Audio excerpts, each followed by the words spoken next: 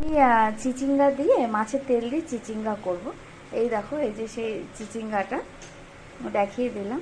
এটাকে আমি কুচি কুচি করে কেটে নিয়েছি। এখানে নুন লাগবে, হলুদ লাগবে, একটা ছোট সাইজের পেঁয়াজ আর 3 কোয়া রসুন কুচি।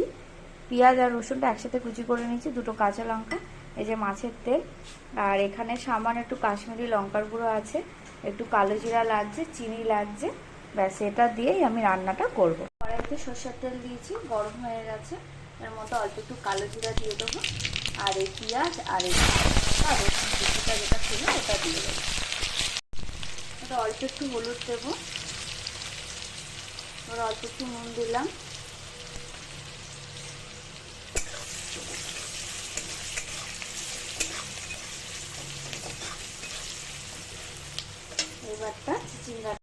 এবার যে চিচিঙ্গাটা কেটে রেখেছিলাম ওটা এটার মধ্যে দিয়ে দেবো।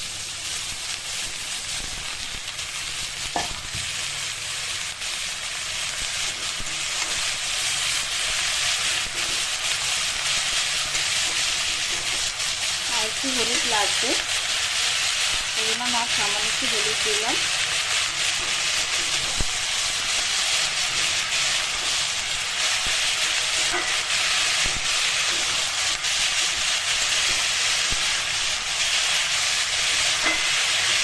আরও 2-3 মিনিট এরকম ভাবে নাড়িয়ে চাড়িয়ে নেব। 2-3 মিনিট হয়ে গেছে, নেড়ে ছেড়ে নিচ্ছি।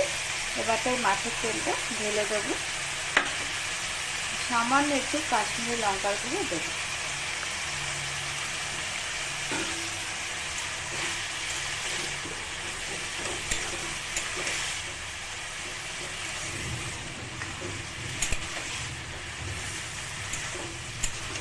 অনেকে আলু বেগুন দিয়েও করে, কিন্তু এইভাবে চিচিঙ্গার সাথে করলেও খেতে ভালো লাগে। এবার একটু ঢেকে দেবো।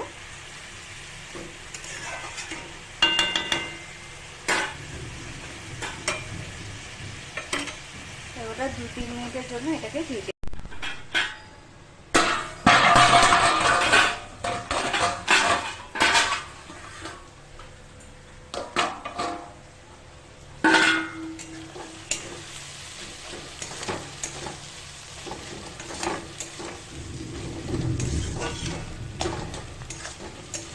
খেতে খুব দুর্দান্ত হয়, গরম ভাতের সাথে খেতে খুব ভালো লাগে চিচিঙ্গার এই রেসিপিটা।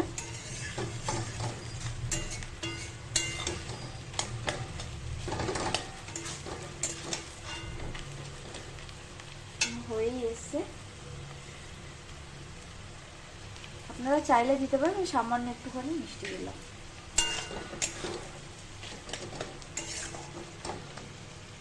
পুরো হয়ে এসছে, এটা একটা বাটিতে তুলে তারপর আপনাদের দেখাচ্ছি।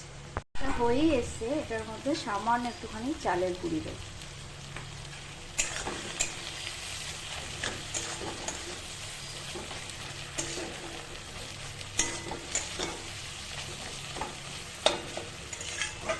এটা একদম রেডি হয়ে গেছে। তোমাদের যদি এই রেসিপিটা পছন্দ হয়, মাছের তেল দিয়ে চিচিঙ্গা রেসিপিটা, তাহলে তোমরা অতি অবশ্যই আমাকে লাইক করো, সাবস্ক্রাইব করো, কমেন্ট করো মাম অ্যান্ড ডটার্স চ্যানেলে। আর এটা বলবে, এটা খেতে দুর্দান্ত হয়।